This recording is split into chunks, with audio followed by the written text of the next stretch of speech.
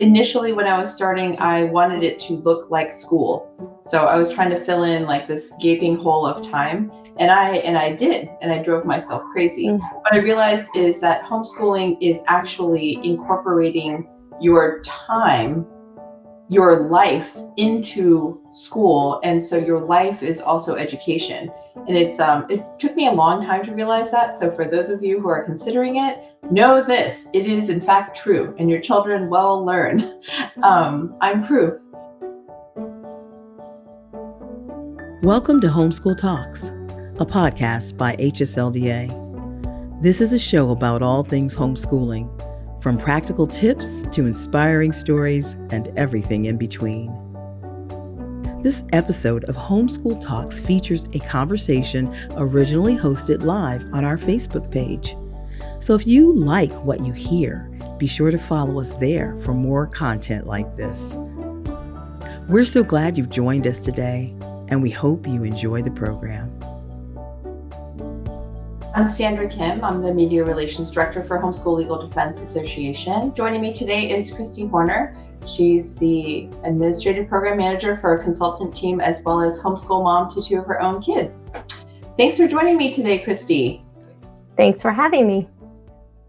You're such a great encouragement for parents considering transitioning to homeschool, and she's also my friend, so I'm so excited to have this conversation and just talk really honestly about, why not homeschool?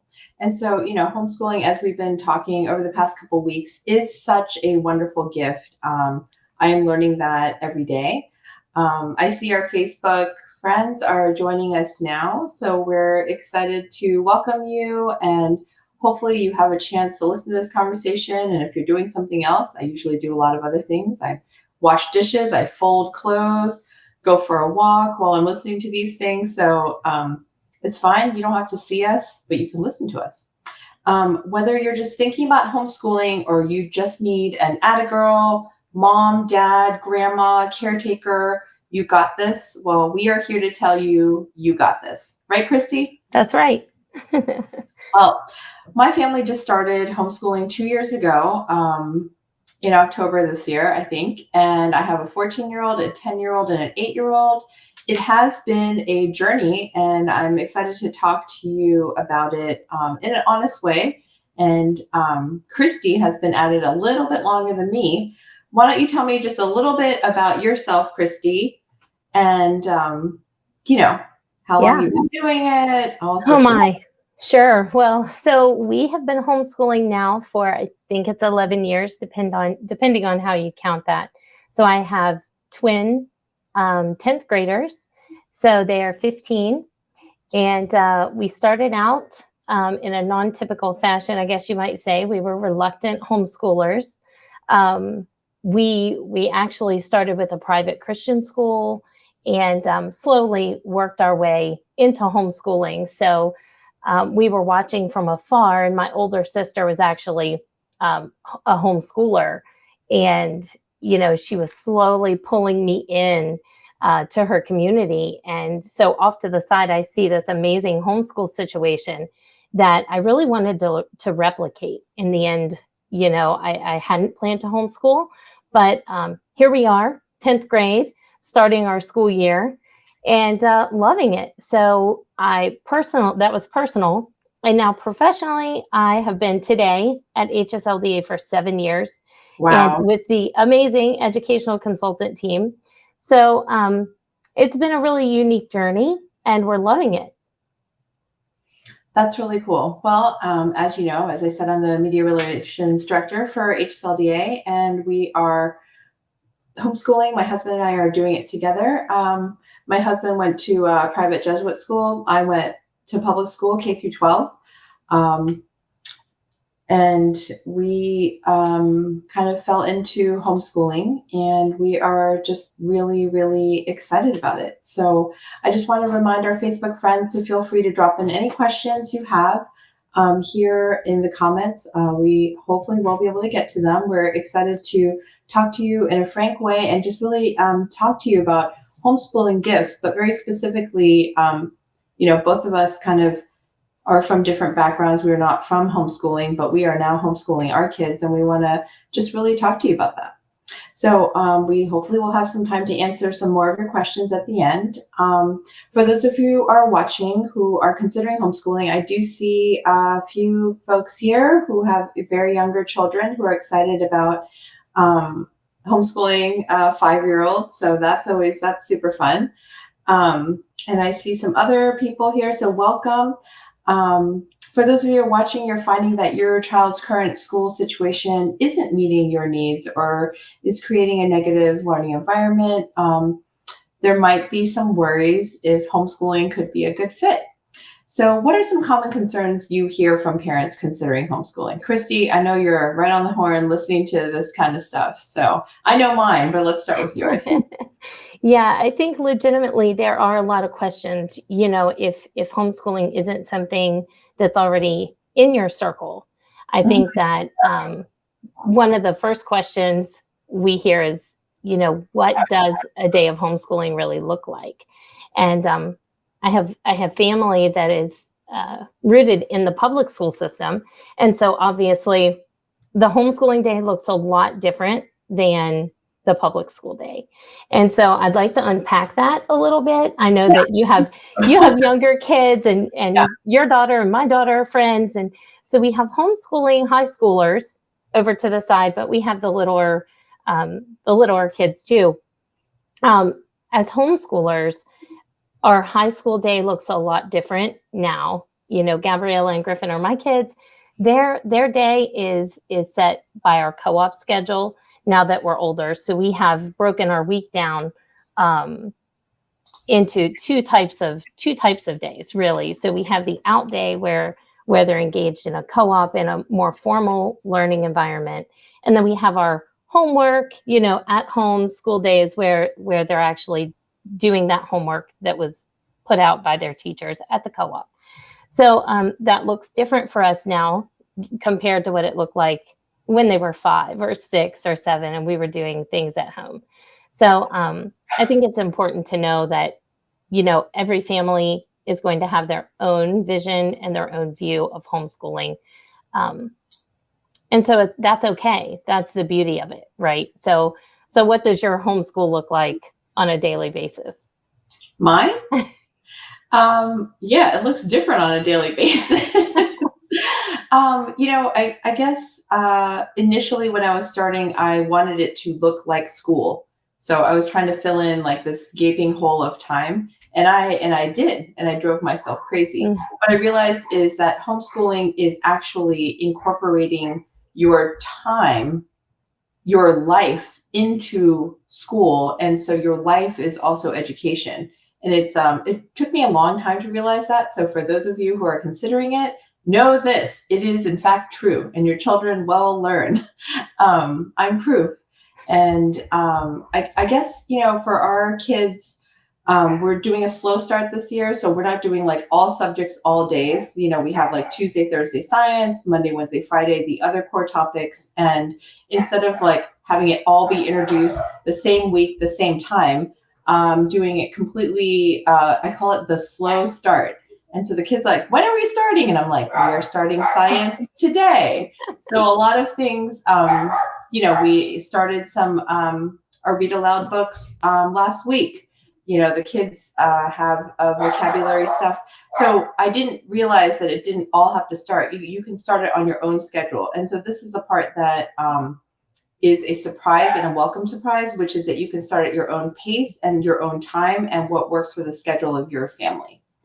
So I would definitely say that that's something very different where you are directed by somebody else's schedule, somebody else's time, and somebody else's timeline. Yeah, that's great.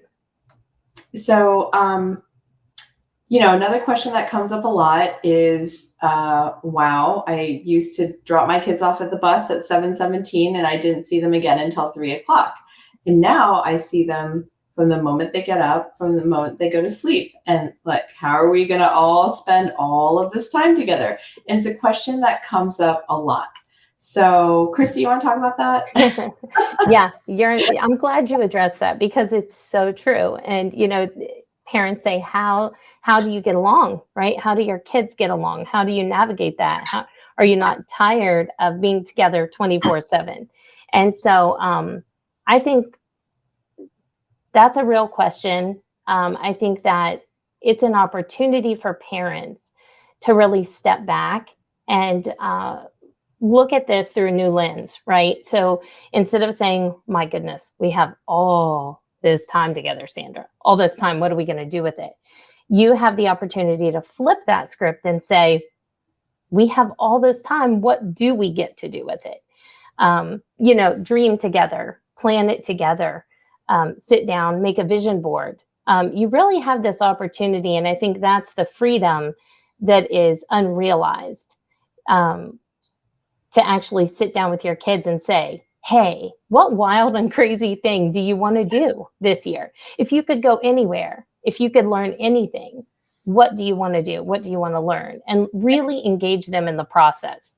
Right. And I mean, if you had to call this out and define it, it's kind of like passion projects. And so, we both have high schoolers. We think about that in terms of like, what is this thing that they're going to do to set them apart to get into college and things like that. Well, as homeschoolers, you can start these passion projects quite early. And so this year, my daughter, she started writing this cute little book, and she, has handwritten it out and has little markers and colors it in. And I was like, you know what?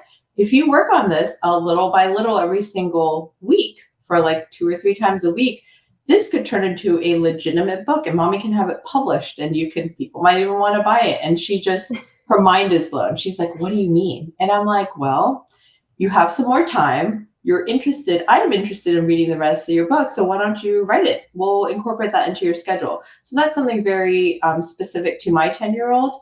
And so kind of creating that sort of wonder environment, just like Kristy said, the vision board, where do you want to go? Maybe it is possible. My kids are really interested in some of the things that we've been reading. And they're like, a lot of the things take place in Boston. I'm like, hey, that's a possibility. It's 10 hours to Boston. We can go there. We can go check it out. We can see the stuff that you guys have been reading about. Some things my son likes to always look up what is the biggest, the tallest, the weighs the most. He's like Mr. Guinness Books of World Records. And so I was like, well, where do you want to go? And he was like, well, I want to go see the, what is it called? Is it called the Burj Khalifa? It's like the highest building, and it's in Abu Dhabi. And yes. I can assure you that we are not going to Abu Dhabi this year. But that's a great opportunity, Sandra, for a virtual field trip. Yes. We are virtually going to go to Abu Dhabi, but I mean, it's sort of putting the wonder back into that curious part of your child, which has always been there and it is there, but really being able to pull that out and then having it turn into actual things. And so that passion could be sports, that passion could be arts, that passion could be writing, it could be science. As they are getting older, like Kristy said, they could have internships and work with these people to see if that's really a passion that they want to explore. And I know that your kids do sports, and they do quite a bit of it during the week. They do. Yeah. So my kids are martial artists, and we have some pretty unique opportunities to really tap into higher levels. So they're getting ready to test for their black belts. Wow. 2nd degree black belts, which is super exciting for them. But as you said, and you probably know, this is a lot of time. So what we're able to do is actually school around that. We're doing this today, and I've got my son with me. He's at work with me. He brought his school along. He's meeting all the people we work with, right? And so it really is an incorporation. And as we leave here, we're going to go to karate. We may spend 6 hours at karate. So it's just a different mindset overall. It's like this big circle of, all the things that are important in your life. It's not now a confined block of education in the day. So everything pulls together, and it makes this holistic learning environment. Agreed. And, for me, who have kids across different ages, the little ones are picking up the things that my oldest daughter is learning because they're sitting there, they see her flashcards, they see her learning it, watching, you know what I mean? So a lot of the stuff is sort of picked up which I always tried to make it go into a certain thing and you had to check off the box and do all this stuff. But my kids see me working all day. Sometimes they're in the same room. You can see a setup behind me. So, the kids see me doing my work life. And so they're learning. I felt really bad and guilty about that. I'm sure a lot of you are also wondering, how can I do this in work? And it is in fact possible, but they're picking up a lot of things from me, whether they're seeing me do the work. So they see me being diligent. They see me, writing and editing. Sometimes if I write something great, or I think it's great or whatever, I'll have them read it too. And so it's this sharing of life. And so I think that that's a huge part of the homeschooling gift part, is that, you're dreaming and then you're having it come to fruition, and then you're doing it on a daily basis as it's happening. And the whole spending so much time together part, it is in fact an adjustment, right? Because you used to all scatter. We did. Just like everybody else did. I went one place, my husband went somewhere, all my 3 kids went somewhere else, and our house was empty and frankly a lot cleaner or less messy, right? But we all have our own things. We all have our own time. My husband gets his own time very early in the morning, so he gets it from 4 to 6. So he wakes up at 4, which I don't recommend that to anybody, but that's his alone time. And then we get our alone time. Sometimes if we are able to match up our lunches, we'll go for a lunch walk, just my husband and I. The kids are not invited. The kids will have their own time. So then they'll all go on their bikes and, go for a bike ride, or they'll all go play tennis. And so even though we are under one roof and we are, all together, depending on your children's ages, you are not necessarily all this is not Little House on the Prairie. We're not all under one roof together, 24/7 until your candle blows out, right? Right. It does. I think that is something that is hard to understand maybe until you've experienced it.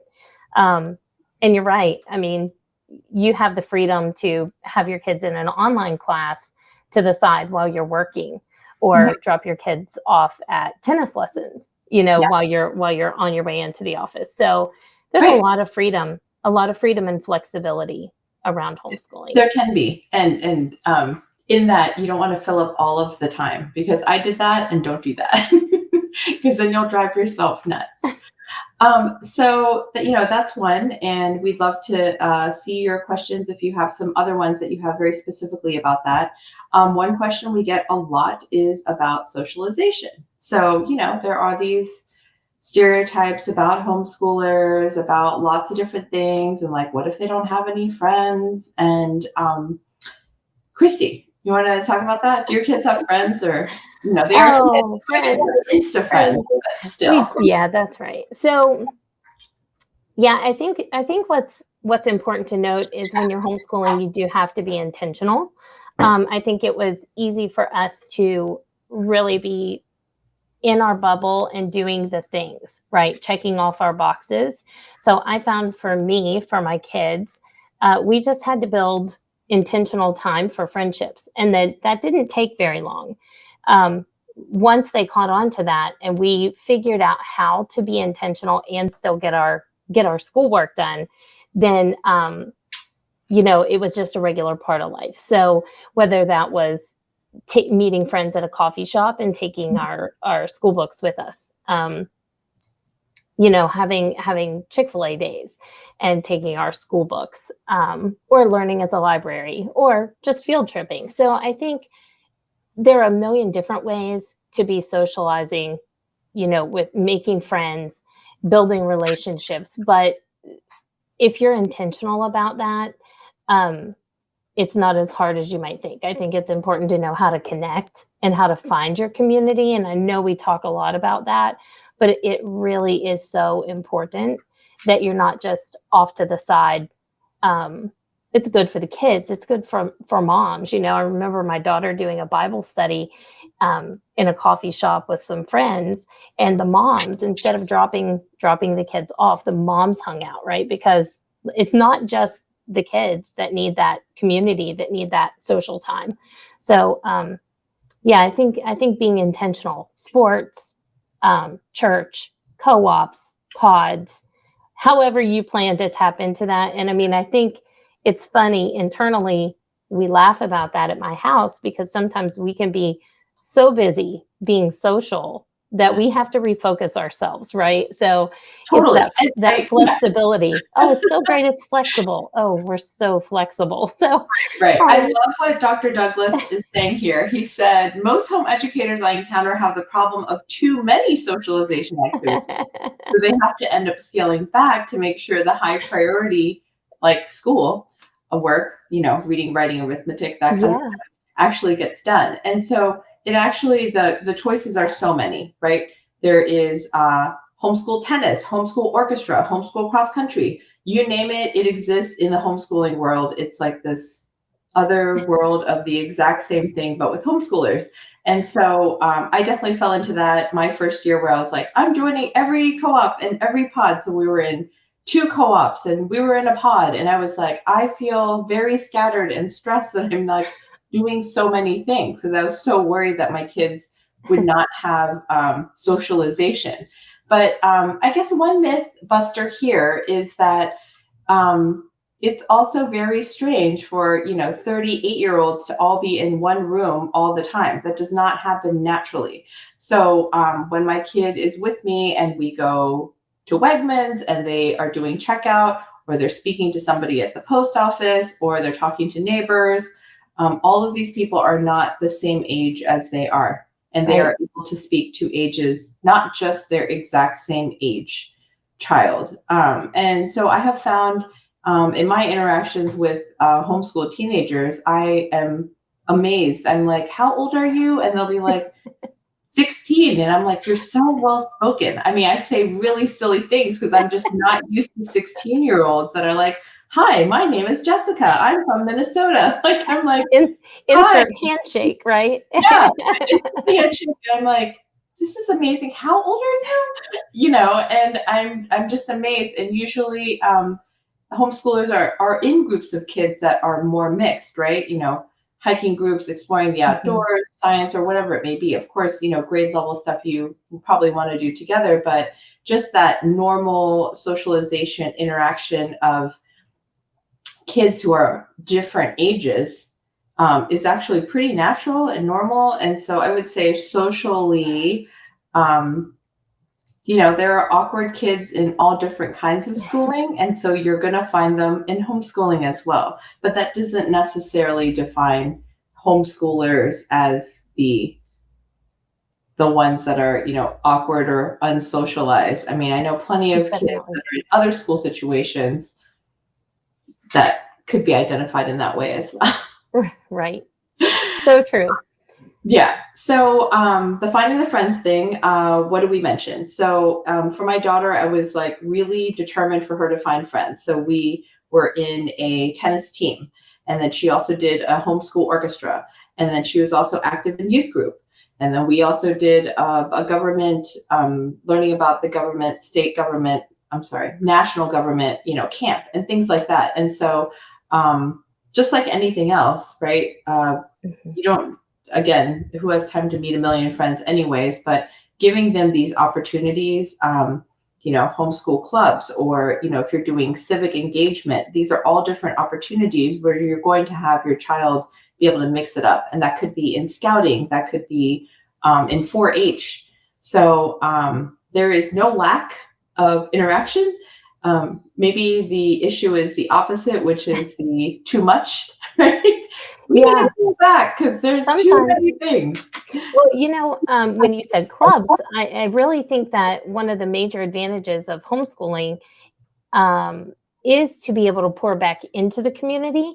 And so for us, my husband's parents are very active in the Ruritan Club.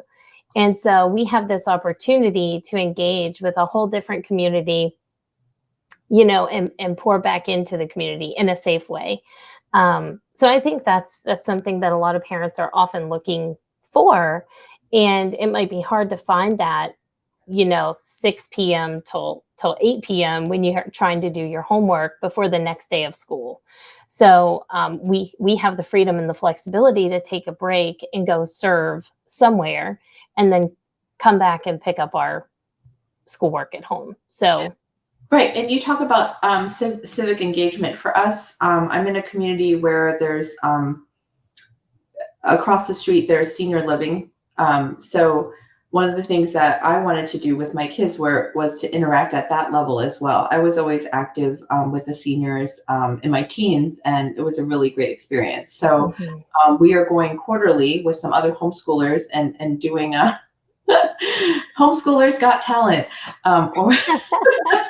So, I mean, that could range anything from musical instruments to read aloud to stand-up comedy. But we got some homeschoolers and, they were excited about doing it. And so that makes Love them that. active in the community that we live in. And that also fills a hole that they're looking for to bring young people in, and not necessarily to, do arts and crafts or things like that. They just kind of want to be able to have that time. And we're going to see how that evolves. I mean, hopefully that'll turn into relationships where kids can get to know people. And so that kind of flexibility I've never had before, because we didn't have the time to fit that sort of.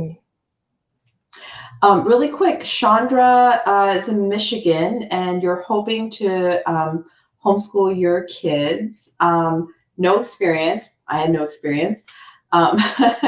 And you're wondering how you can work with the two now. So I'm sorry, I'm unable to type in the chat, but if you could let us know how old those kids are, we would love to chat about that. So we'll definitely come back to you. What are some ways that you've seen homeschooling that meets the needs of kids that are leaving public school or other kinds of schooling?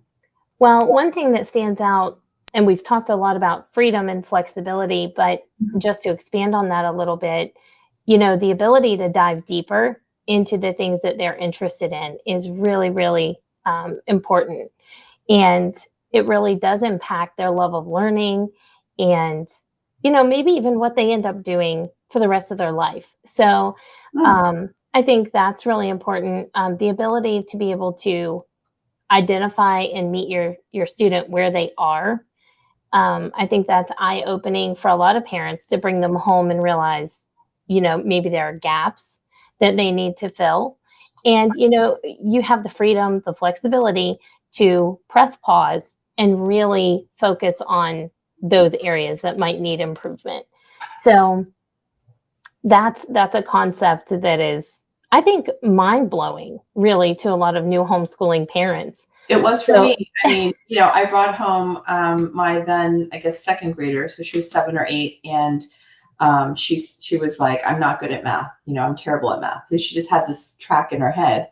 And then within a year, she was doing fantastic, doing math very, very well at her level. And then she surpassed her level. Then she was able to explain it to her little brother. And then she says, in her own words, I'm a math genius. So giving them that confidence, building the foundational skills to mastery, one step at a time is, I think, something very unique to homeschooling, and being able to, like you said, fill in the gaps. But beyond filling in the gaps, like maybe your family culture, you want your child to be able to speak a language that you speak in the home. So a lot of different families who have another language, they incorporate that. Maybe it's something like, for me, a very smart homeschooling mom at the beginning, she said, you don't seem super happy. Why don't you teach them something that you like? And I was like, oh, can I do that? Does it fall into this little thing? And they're like, what does it have to fall into? It has to do with learning. And so we do a poem a month. My kids memorize a poem that I designate, and then they memorize it, and, we discuss it. And, that brings me joy. Whether it brings them joy as much, I don't know, but it's like part of our family culture now. So I think that's important it's a little bit of a side tangent, but I think it's important what you just said, that you are not miserable. Whoever is doing the homeschooling, it's not going to be enjoyable if you're miserable. And so it's important to meet somewhere in the middle amongst, what you have to do legally and follow your state laws, what interests the kids have, what skill sets, and you meet all of these things, and you create some kind of plan where everybody can be happy and successful. It is possible, right? It's possible to find a happy medium. Yeah, totally. And then also just kind of honing in on what your kid likes, right? So my son, Teddy, who's 8, he loves basketball. Anything that has to do with the NBA, he is 1,000,000% interested in. So being the now newly minted homeschooling mom I am, I associate players and their state. I'm like, Uh, hey, where's this guy from? Indiana? Let's find that on the map. Yeah, uh-huh. he is Right. interested because guess That's what? right. He's interested in basketball. But through basketball, we're learning U.S. geography. We're learning states and capitals. We're, just all sorts of different things. So you can expand on your child's passion and then turn that into learning very much just for them. Yeah. Wouldn't you say that's like a super homeschooling thing? That's super homeschooling. And I'm having a flashback to when my kids were, I'm not sure, maybe 8. And we were really into Legos, right? And so we discovered this really neat way to use Legos and create stories. So we would make up a story and then we would build the character. And so it really had no bounds. Sandra, it had no bounds. And Wow. I mean, the Lego people made it to math. Oh. They made it a long way. They were very tired Lego people because they did school every day. So it's a really unique way to increase engagement, when you're pulling in the things that they love, because now they're hooked and they want to know more. And I felt a little bit sneaky as a homeschool mom doing that, but it was good sneaky. Oh, I am 100% all about being sneaky. Yeah. I mean, they don't call it game schooling for nothing. There are people who actually teach their children through play, through games, through actually playing board games. There are very specific games. Some kids love to play games and learn in that way. But really, I think it's about engaging with your child in the way that would be best for them. And so, I think that it is very possible because you have that time to engage in that way. So for my son, he prefers it in very short spurts. I would say his level of concentration is like in 12-minute increments, if I could put a time on it. My daughter prefers a more like lecture style. So like I have to read before and then I stand there and I talk about these are flying creatures, and like she wants it that way. And then they both enjoy like short videos. So if I'm not able to explain it, or maybe it's a more complicated science experiment that I'm not interested in doing in my home, then we'll watch somebody else who did it. And so we still get the same effect. So, the efficiency, the one-on-one time, like you said, small group activities, and then the relationship, right? It always comes back to me a million times as a relationship. I thought I had a deep relationship with my children before we pulled them out. And now it is, I call that the macro relationship. And now I have a very micro understanding of them because we're so ensconced with each other's lives. They know how I'm feeling. They certainly know when I say I'm working, they see me doing it. Before, work was like this foreign concept, like she goes somewhere else and does something. But now when I say, mommy works really hard, they see me doing it all day long. So they understand the meaning of that work. And then any relationship takes time. So it gives you this, it is a luxury, because time is a luxury, of that time to build the relationship with your child. And so for me, one of my homeschooling goals is to have a close and personal relationship with each of my children, and for my children to have a close and personal relationship with each other. And that's really afforded by our time in homeschooling. So I haven't even gotten to the amazing part of homeschooling, but that is what I would say is one of the biggest benefits. Yeah, I agree completely. I think that when you said, the relationship part of that, somebody asked last week, we were out and about and had school with us, and there were a lot of things going on around us, and we're so used to this. We've built a culture in our family that homeschooling isn't, school is not punishment. Learning is not punishment. It's not drudgery. And so the question that we didn't list is, how do you make your kids love this? How do you make them do it? Because the goal, right, for us is we show them the value, we build the relationships, and then they become very independent, and they are motivated, self-motivated to continue learning and to continue this way of life. So one of our goals is to create self-motivated people that love to learn. And so it's not about a test. It's not about a grade. Obviously, we're in high school and that does matter at some point. But that's not their primary motivation, right? They like to learn. They like to do that. And so I think it's important to recognize when you're building relationships that you're also building a culture of learning, and you're setting the stage in your house, every day. You're recreating it. Not to say that sometimes it's maybe not ideal, but it's repairable. Every day you start over. So you do. And I mean, back to the time part is that you have time to get there, because my first year, I spent a lot of time feeling this behind thing, but in homeschooling, there is no behind, because you're not behind anyone. It's kind of like, for me, I akin it to working out, right? Like I'm working against myself. Like, where am I? So if I can only do 5 push-ups today, then it's where I'm going to be, 6 weeks from now. So same thing with homeschooling is that they will get there, but they will get there on the timeline that is right for them, and not necessarily the timeline that is laid out by somebody else. So I feel like that sort of pressure is gone, but getting back to why not try this? I think a lot of people have the question is like, where do I start? And somebody mentioned this in the chat. I believe it was the Dr. Douglas. There does need to be some time, if you're coming out of public school, to be spending some time in deschooling, right? Mm-hmm. Because for the first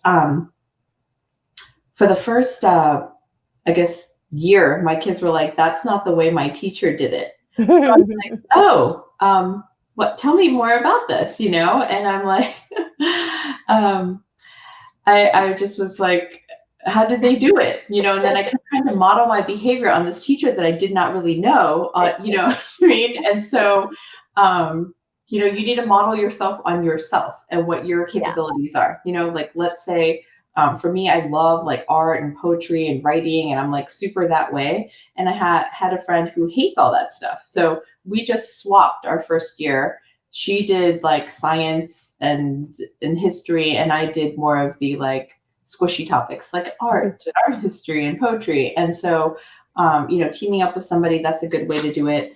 But you have to, display some sort of excitement about, what you're doing too, because your kids are absorbing you, just like your kids are absorbing, when they were in public school or, other school, they're absorbing whoever is teaching, right? So you are the life behind. For sure. I think that's really important too, that deschooling part when you're coming out of public school or just coming into homeschooling is just having the time, allowing the time to get to know each other, let the kids get to know themselves. They're used to being told what to do every step of the way. And so it's as much of a learning curve for them as it is for you. So yeah, I think there's a lot going on there, and it doesn't have to look any certain way. Yes, it needs to look the way that you are. So catch yourself in whatever situation that you're in. So I'm a working mom, and that looks very different than my friend who is homeschooling, and she does not work outside the home. So her schedule looks far different from mine. Mm-hmm. Mine is sort of like my work schedule is there, and then interspersed in my breaks are when my homeschooling is happening. My homeschool also happens on Saturdays because that's when I'm not working. And so non-working family may not have that because they have already finished everything. They may have a 4-day work week or 4-day homeschool. Mine is sort of like 5 plus the weekend because our time is very different. So model yourself on, you might find characteristics that you like about somebody else's homeschool, but their schedule, make sure that whoever you're trying to mimic has a similar schedule to yourself. Because like I said, that first year, it didn't work out for me because I try to model myself on a stay-at-home mom who didn't work outside the home. That was not that smart. Super difficult. Yeah. And I think that goes back to, finding community, because you're going to be able to connect with someone in a small homeschooling group or a big homeschooling group or pluck pieces from each of the moms that you're engaging with, right, to build your own situation. So it's definitely a different way of doing things if you're not used to it, but there's so much value. Absolutely. Okay, so let's go ahead and for those of you who are thinking about homeschooling, let's go to some go-to resources. So can you talk about a couple of those? Yeah, so I mean, obviously I'm going to mention our website here, the HSLDA website, where you can actually read through a lot of getting started articles. You can watch, I don't know how many webinars and Facebook Lives. 50 plus. 50 plus. So if we haven't covered it there, let us know, because we could probably cover it. So I would definitely say not to underestimate the resources on the website. One of the important things we've reiterated is finding community, and you can also do that through the website. Connect to a state group, a local group, a homeschooling group, a co-op, a pod, and find what's going on in your state. Check out your state laws, because that's super important. So all the freedom that we're talking about and the flexibility we're talking about, the caveat there is that you're doing that under, the regulations of your state law. So making sure that you're doing what you're supposed to be doing there. And then I would say we haven't even touched on curriculum, but that's a real beast. And so the beauty of that is there's so much curriculum. It can be super overwhelming. And I know we have a lot of webinars and Facebook Lives on finding the right curriculum, or so many. Yeah. So we won't go too deep into that, but Kathy Duffy has a wonderful website that will allow you to sift through subject by subject, or however you want to look at that, and really get a deep look at what it's going to. I have a good one too, if you let me interject. A lot of the publishers have like little tests to see where your child is. And so for me, coming out of public school, that was very comforting, because I would take this little test and you'd be like, oh, I need to pick 2 or I need to pick 3. And those are free. Yes, so, that's right. The placement tests. And it's really important to recognize that all homeschool math curriculum, grade 3 is not grade 3 is not grade 3, right? You might be level A, level 1, or grade 3.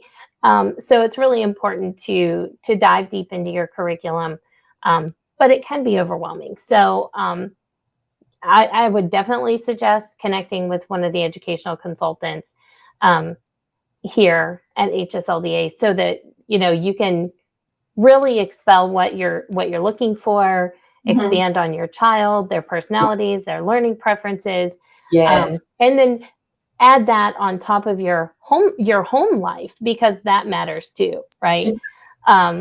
So that is and I won't mention, I mean, it's just a sidebar here. I won't mention, like, if you get some curriculum and you cannot understand or digest it, good luck teaching that to your child, which is what I did my first year, because I bought some stuff that everybody said was great. And I was like, I don't understand this. But it was like, I did not understand it conceptually. I was teaching things a certain way and I did not understand it. And so if you don't get it and it's not working for you, this is the beautiful thing about homeschooling, like pivot, do something else, try something else. Yeah. And, there's no need to be like, wow, I spent $19.95, so now I'm going to stick with this for the next 180 days. And don't do that. You're right. And back to the community, if you have a pod of people that you're pulling from, you can say, Susie, can I check out your curriculum for math? Because it's a really great thing to take a deeper look before you invest, because we know curriculum's not always cheap. You can do that in a cheap way, but so I think that's good advice, to really understand what you're looking at before you try to teach it. Okay, I'm going to run through some popcorn questions here. So here's one. Stephanie has a 1.5-year-old and is actively questioning and thinking about his educational experience in the future. Curious to learn about how early you can start homeschooling curriculum and the potential pros and cons of homeschooling so young. So, I mean, at almost 2, I would say from that young age, it's really about exposure and just spending time, right? Agree. Play. It's really important that kids have plenty of time to play. You can surround them with good books and lots of outside time and lots of sensory interaction.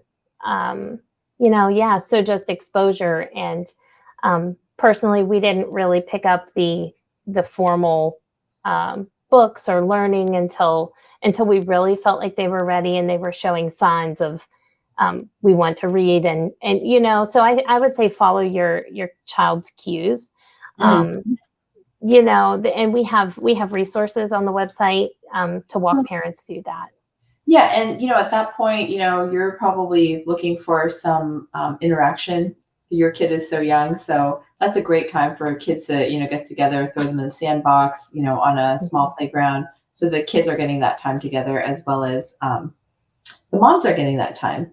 Okay. First year homeschooling, my 5-year-old in kindergarten and almost 4-year-old in preschool. So I feel like this is where I get to talk about my friend Vicky, who is an educational consultant. And she has this concept where you teach to the highest level, and she calls it getting on the bus. So you teach to the highest level, right? So for me, I had 7th grade, 3rd grade, and 1st grade. So I would teach to the 7th grade level, and then the younger levels will just kind of pick up what they can. So, if we're teaching science, for instance, the 7th grader would actually do the experiment.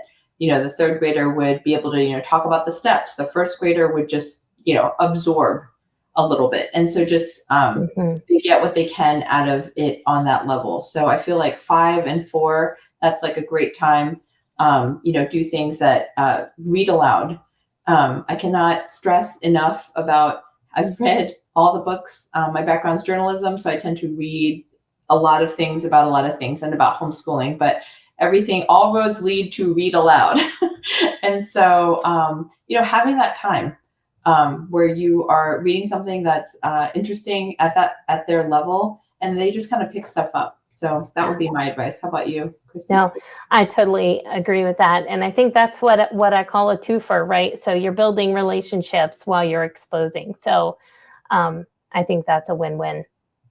Agreed. And, I've got Rachel here, a family that's homeschooling, public school, private school, and numerous universities. Scheduling is complicated. And yes, scheduling is in fact complicated. So somebody kept saying this to me and I ignored it, but simplify and don't because if everyone's stressed out and they're moving all around and you're in the car all the time and you're doing a lot of drive-through, that burnout is real. And then you're not going to be doing anything well. So be really picky. That's what I learned. Be picky about the extra things that you're doing because that is your time. And realistic, right? Realistic.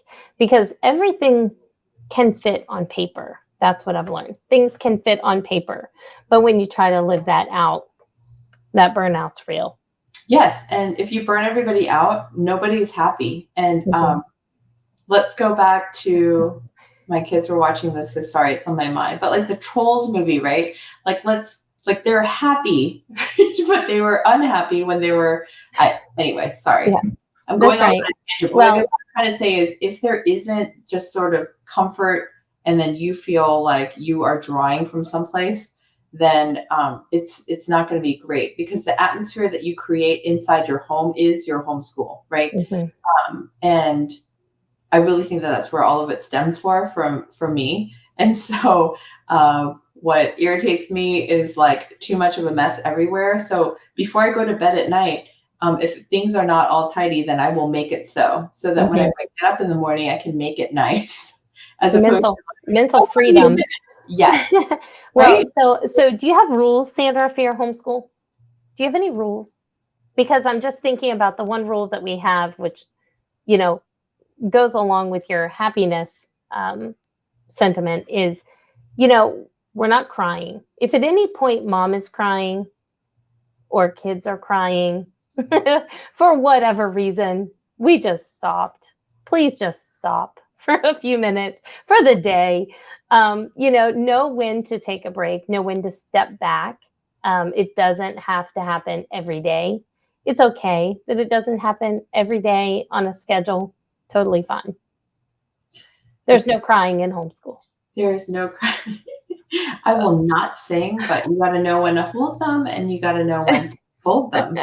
And I totally agree with you, because if you have a frustrated kid, and this, for me, we're a musical family. And so I would always try to like fight through the tears and do one more scale. And that actually is really bad for them on a lot of different levels. So if everyone's frustrated or you see the glaze over in the eyes, then, hey, let's take a 5-minute break or a 10-minute break or whatever, and regroup, because there's no need to make everyone suffer, because homeschooling is not about suffering. It's about learning, and it's about curiosity, and it's about piquing curiosity. And then if you are all in the bad part of your brain, like suffering because, or, whatever, then no learning is going on.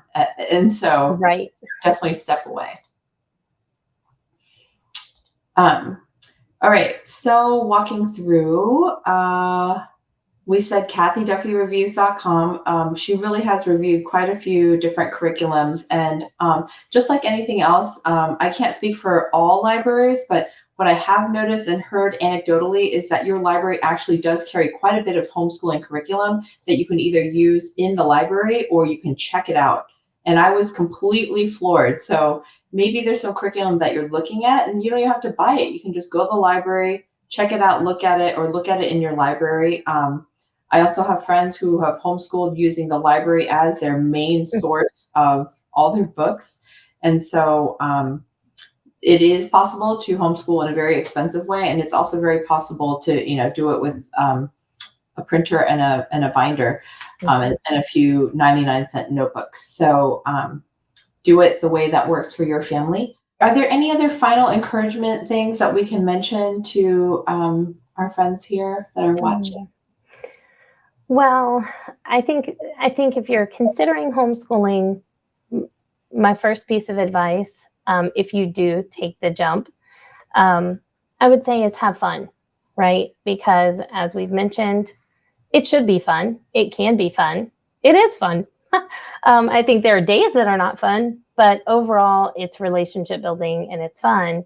And don't underestimate the power that you have to impact your child's future. So I think it's really eye-opening when you realize how much you can pour into your kids and how that can work out in the end. So it's no longer something that's been handed off or outsourced unless you want to, but you become partners. And I think that's been the key to the success in our house. And when I say success, I don't mean grades or anything like that. I mean, we have happy kids that are well-adjusted and that are well-rounded and, they love learning. So for me, just they're also nice and polite. I think I'm going to keep them. Yeah.